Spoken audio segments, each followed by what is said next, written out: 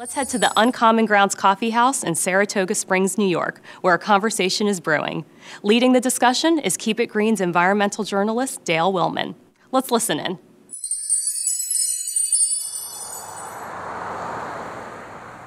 So wind power, some proponents of wind power are saying that alternative energy sources like wind are the key to reducing our dependence on foreign oil. And they like it until it's in their backyard. So is wind power really worth it? Dale, of course it's worth it. Let's consider our situation right now in the world, globally.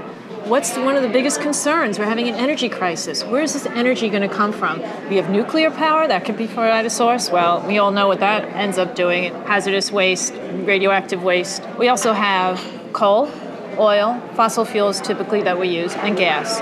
All of those require extraction. Pollution remains, again, in our air, in our waterways. Or we can do renewable energy. But what about the concerns about what's called a view shed, the fact that it's in people's line of sight when they're in their backyards enjoying their dinner? I think that pollution-free does not mean impact-free. And whether it's view sheds, historic resources, or birds and bats, there are issues with this technology. There are impacts with this technology that have to be balanced with the renewable energy they produce. Well, it's like everything. It's all how you look at it.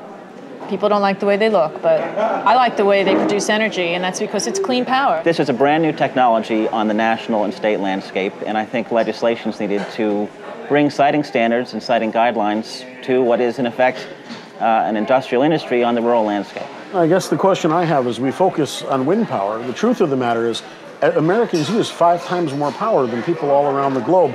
Wind power is not an answer. It's part of an answer. Let's talk about all around the globe for a minute and set the record straight here. Currently, worldwide, wind power is the fastest growing technology worldwide. And why is that? Because everybody in the world needs more energy, and it's making money for the big corporations. But you raise an interesting point here. How much of this is driven by the fact that big businesses are making money off it? That's right. And don't we want big business to make money off of clean energy? Why do we want them to continuously rip us off because they're drilling oil or they're creating coal-fired plants that are affecting our kids and our environment? Why won't we want to invest in clean alternative energies that have a real powerful impact on us in a positive way? What is wrong with that? There are enough windy places where we think wind turbines, wind farms can be built without having to put historic and cultural and highly scenic landscapes. How much of our percentage can end up being wind power? New York, we can get 10% of our power from wind, but it requires going on ridges. And ridges require people to accept them as a new kind of view shed, whatever you want to call it. But can that acceptance happen?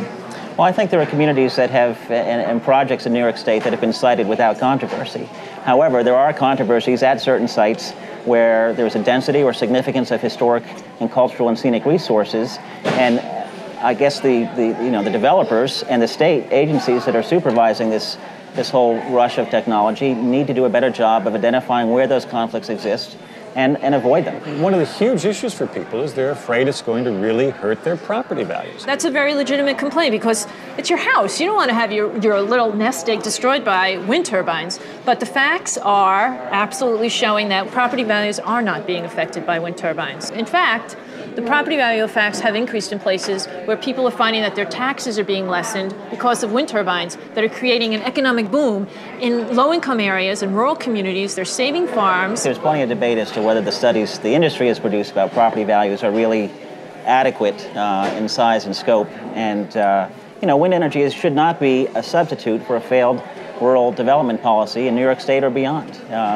I understand the economic role it has to play. Come on, it's just one of those solutions that are here. I mean, it's an economic development tool. This is a technology that we should be celebrating. I mean, okay, I understand the fact that it's a view shed and it's important and historical preservation is important, but European countries are more historical than any place in America combined, and they're saying, give it to me, baby. I want more wind farms because I know the price of oil and the price of energy isn't going down anytime soon. And wind is a fixed source of power. It blows all the time. It's by itself. It's a renewable energy, and that's why we need to promote more and more of this. My organization's argument is there are certain backyards where it's simply not appropriate, and there obviously are going to be certain backyards where it is.